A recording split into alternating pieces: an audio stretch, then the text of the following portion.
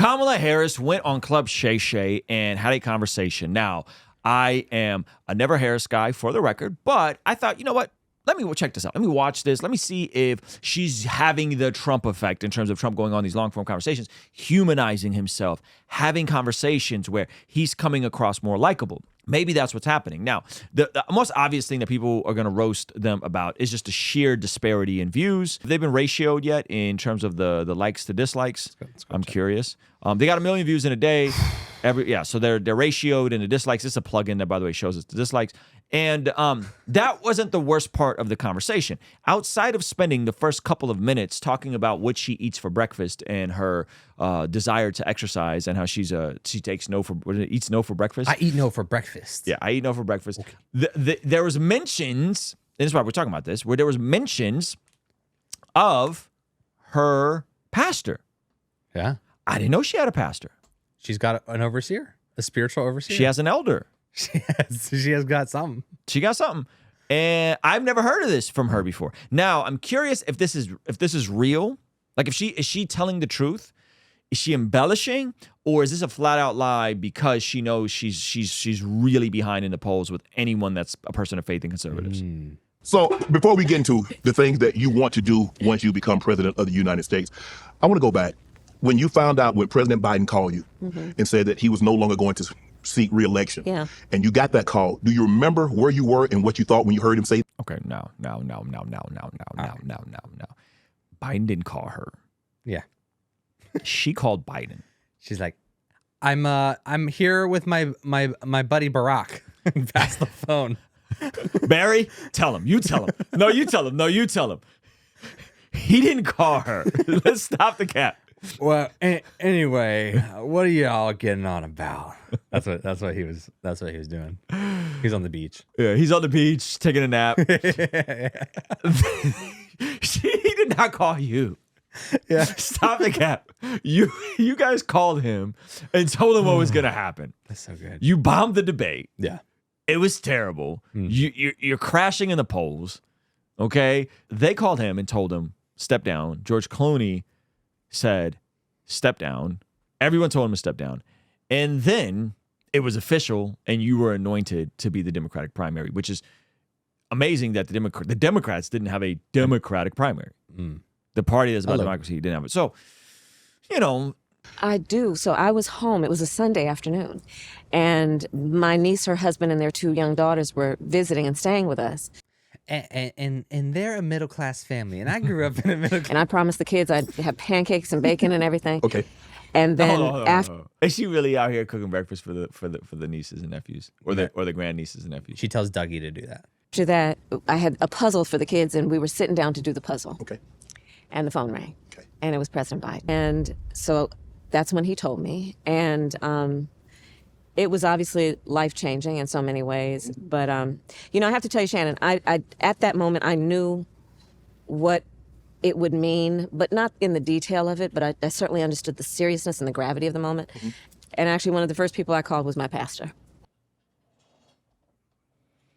Who is this pastor? Yeah. And when you say my pastor, do you mean the guy who walked you into church the one time you went recently? Is this like your pastor friend? Or is this like how Christians understand the term my pastor, meaning because usually when someone has a pastor, there's a degree of spiritual authority they have over you. They can kind of call and check you about stuff. They could rebuke you.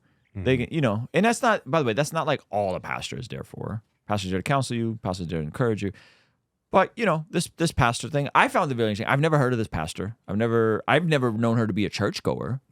I think she's like loosely claimed to be a person of faith, but I've never known this to be a thing that she's into. Now, the rest of the conversation goes on and on and on, and I think for about the first 12 minutes, they really just talk about what she has for breakfast. Sagar cooks right here. He kind of cooked right here. He cooks. And I think this is a healthy analysis and a sobering look of what, and by the way, Sagar breaking points, he leans right. He's not like a Republican conservative in the sense that like he's pro-life or any of that kind of stuff, but he leans right, tends to have reasonable takes. He's in DC. I think he's interviewed Trump before. He's in this world. and listen to his analysis of this. And then we're going to come back to the idea of a pastor in a second. Play this real quick. I think it's worth meditating on this, and maybe you tell me. I was talking with one of my friends. I'm actually not interested in politicians as a human being. I have read. I'm serious. Let me lay out my case. I kind of agree. All right, so my political heroes were terrible people. Absolutely awful. LBJ, who I believe is the single most effective politician of all time, rampantly cheated on his wife, was a virulent personal racist, often denigrated his female staff to the point of tears, took a shit and forced his aides to transcribe his notes. So this is his world. Like he's not making this stuff up. If there's anyone that I would trust on the background and the ideas of politicians, it would be a Sagar. That's a bad person. John F. Kennedy. I mean, go read about a 19-year-old girl who was a White House intern and what she alleges happened with him. And that's one girl out of probably hundreds. FDR. Humiliated. Hold on. They should throw hundreds. Hundreds? The original Hugh Hefner. Eleanor Roosevelt, by sleeping with his secretary, refusing to fire her, and he died with her, not with his own wife. Didn't care. I mean, I could go on forever. Teddy Roosevelt, he loses his wife and his mom on the same day that his child is born, takes his daughter, parks it with his sister, and says, hey, good luck. I'm going to South Dakota for 3 years. A lot of these people, they're not good people. It's the power of knowing your history, too. He knows his politicians. You know your history, you know your politicians, and it gives you a good perspective of how to go about nowadays. Yeah. So Now- hold on, as John Savage said, dictating notes while taking it up is the ultimate power move. Is that He was taking a poop while dictating his notes. that's crazy. I don't really care about that on one level because they did a lot of good for the country. So how does it affect my life? How does it affect the trajectory of the country? Does it matter if LBJ was a frequent N-word user, if he passed the Civil Rights Act? If you're a black person, I would leave that up to you. And that's kind of my point is like, I don't think that the psychology of what it takes to be president or to even get to the level of Kamala or Trump produces quote unquote good people. I also don't care about that. So that's where there's a little bit of a flaw in terms of like, I want to see who they are as people. I'm like, I'm not all that interested in who you are as people, as a voter or as a citizen. Yeah. I want to know what you're going to do for me. Pause it. Now, he goes on to drop a pretty crazy bombshell about the Obamas. That's fairly documented here in a second. Really? Yeah. Yeah, and the point here, and I got a point here that I'm gonna I think I'll say will be a balanced view, regardless of who you're voting for in a second. So just bear with me. Go ahead. And maybe that's a very cynical, people often say Indian immigrant way of looking at it, but I mean, I've just read too much. I mean, for example, Barack Obama, if you read Michelle Obama's memoirs and he openly admits that Michelle never wanted him to run for Congress, for Senate specifically. He filed without really telling her. She is furious to the point of thinking about divorcing him, miserable for 8 years in the White House. I mean, I'm gonna ask you, I can't imagine treating my wife that way, ever. If she told me I don't want to do this, it's over. It doesn't matter. Yo. Imagine yourself in a marriage as a family unit, treating your spouse that way with your own ambition. You know, this idea that these are good people, Yeah. he makes a great point. He said, imagine treating your spouse that way for the sake of your own ambition. Anyone who wants to be the leader of the free world, You kind of got to be a little bit of crazy. you got a little crazy in you. You got a little selfish in you. So I don't care how much they try to humanize themselves. Yeah. I'm looking at all these folks side-eyed. You know? Yeah. Go ahead and play the That's rest a of good this. point, yeah. I mean, I think that's sick and honestly gross, but that's kind of what it takes to suffer through all of this. So that's just a long way of saying, like, I don't care who these people are. Yeah, I mean, it's I just who guess- they are as people. The more I know, the worse it gets. I guess I'll take a moderate path on Yeah. this. Okay, because, pause like, it. So now let's go back to her conversation with Shay Shay. So that's my view. And again, I'm going to say something here in a second that I think will hopefully glue all of this together. One more thing, I think something that's very, very near and dear to your heart is Roe v. Wade. Yeah. I think 50 plus years, I think 72, 73, when it was Roe v. Wade said, hey, women have the right to their bodies.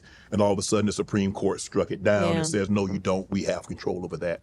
What would that mean to you? So how do you get that? How do you go back and fight to make sure women still have control of their bodies?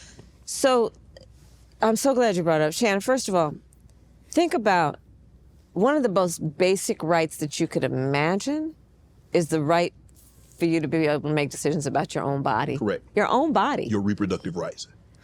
Okay. And- So I feel like I got to do this every single day. I know you can't. I You can't. can't watch I a can't. clip like this I can't. without I can't. stopping Okay. it. First of all, men have zero rights over their own reproductive bodies.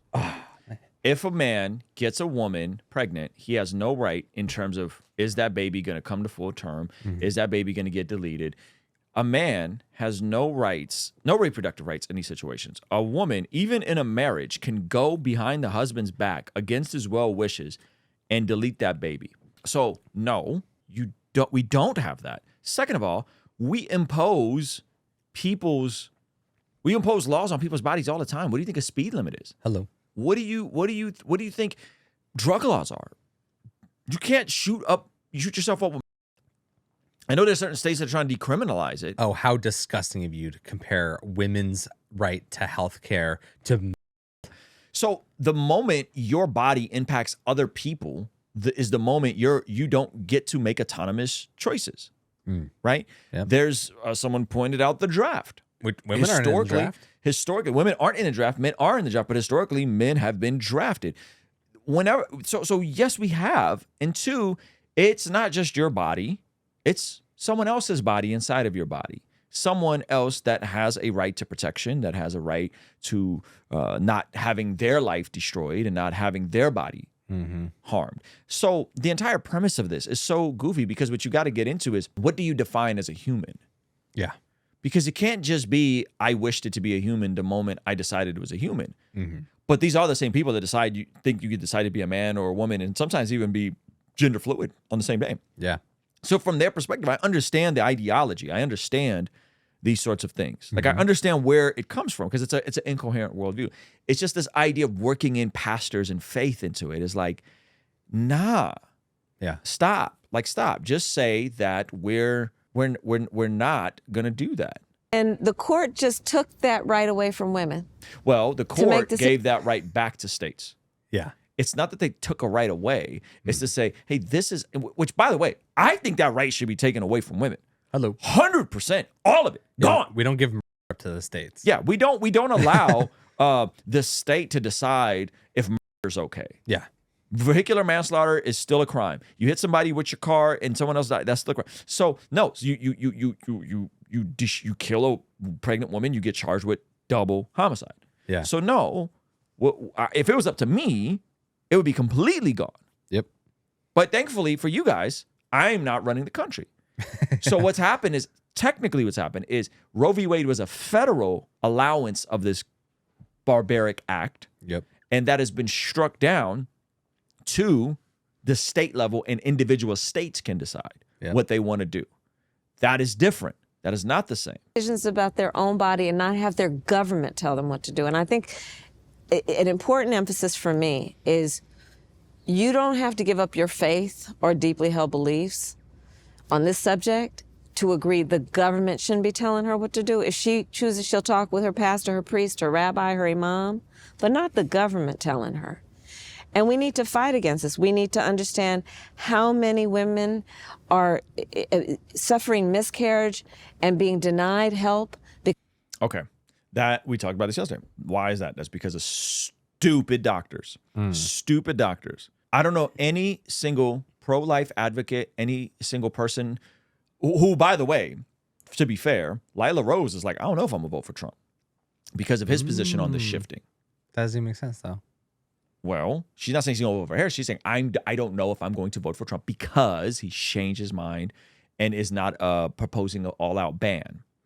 And so she went on Breaking Points and said that. So to be fair to the pro-life position, they're not even saying that. However, what she's describing is a decision that could be allowed up to an individual to kill another individual because they talked about it with their pastor or the imam. And by the way, stop it. No imam, no Muslim imam, no rabbi except like a very progressive Jewish rabbi or a very, very, very progressive Christian pastor would ever say this is a permissible act. Yeah. Also, no one considering an abortion. I mean, maybe some people, but no one's going to their pastor. Like a majority of the country of people getting are not folks that are having a spiritual oversight. Like that's kind of the whole point. Like a lot of murders aren't people that have spiritual oversight. Yes. And here's the thing. I wish they would just be honest about the issue. Just say, hey, listen, when it comes to unborn babies, we feel like a woman's right to self-actualization and career and education trumps the right of an unborn baby because they're small and they're not visible. And we don't really know what's in there. We don't see what's in there. And therefore we think that if the conversation was honest about that, then I'd at least respect it. But don't do this whole dog and pony show and give us this word salad about rights and My all this body, stuff. my choice. Yeah, my body, my choice. Don't do that. Yeah. Because the doctors are afraid they may land up in jail. In Texas, do you know they provide prison for life for doctors or nurses who provide reproductive care? Prison for life, Shannon. Yeah, yes, because that's what Texas decided to do. That doesn't mean that if you're in the DNC, if you need a DNC in Texas, that you're not allowed to get one. Hello. You know, and that's not the work of any pro-life work. If it's a bad law written, hypothetically, let's just say there is a bad law written in one of these states that says a DNC can't be administered if a woman's miscarrying. That's a bad law written. That's not the actual people on the ground doing the work to get more pro-life policies. Yeah, they're not saying we need to stop deleting babies, and we need to also stop doctors from providing care during a miscarriage. Yes. That's not. If there is an overlap, it's the law. It's the problem. Yes, go ahead.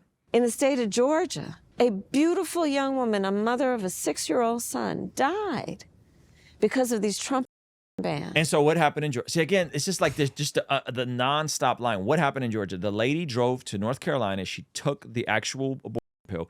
She was septic and was dying and was back in Georgia, and they could have given her a DNC procedure to save her life, and the doctors were stupid and incompetent. But what killed that lady in Georgia was not bad laws in Georgia. It was actually the pill that she went and got.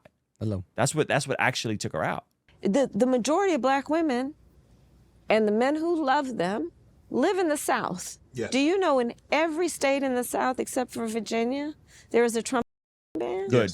Good. Good. Maybe for the first time in history, will stop disproportionately affecting black families And poor families. and poor families. And families you feel like don't have the right to have life. So yeah, maybe the numbers will be evened out a little bit. And so this notion of well, Trump's not doing enough for race. Who do you think this affects? Where do you think these clinics are? Where do you think the original intent for these clinics was? The original, like, it's not just like, oh, this just happens to be true. No. This is what they're designed for. This is what exactly how Margaret Sanger envisioned it and they've perfectly. They've tried to debunk that before, but the quotes are there. She was what she was, and so this is I think what it comes down to. And I don't mean to oversimplify, but I think it's a good simplification of it. This was said to me by Lisa Bevere. She quoted her husband. She said, "Are you going to vote for an opposer to the things of godliness or a transgressor to the things of godliness?" Both Trump and Kamala are transgressors of the things of godliness. Trump is a transgressor. He breaks God's laws. Yeah. He lies. He says stupid stuff. He said some questionable stuff before. I talked about grabbing him by the vagina. He's talked crazy about people. He's a transgressor of the law. Republicans are transgressors of the law. But there's a difference between being a transgressor of the law and someone who is an opposer of the law. Yeah. What you're dealing with is people who are opposing God's laws, not just in this area, by the way. You know what the most effective ad that's running against her right now? Against Her Kamala? right now is the fact that she said that she would give illegal migrants who are convicted in prison, in American prisons, and pay for their surgeries. She said that like on video. This is the kind of stuff that's working. I heard about it, but I didn't think it was... No. This is on record. This is on record. This isn't. I'm not making this up. This isn't hyperbole. So you have someone that's an opposer versus someone that's a transgressor. I learned that the California Department of Corrections, which was a client of mine, I didn't get to choose my clients. Right. A client of the Attorney General. A client of the Attorney General, of the Office of Attorney General, that they were standing in the way. They were standing in the way. This is man. They were standing in the way of surgery.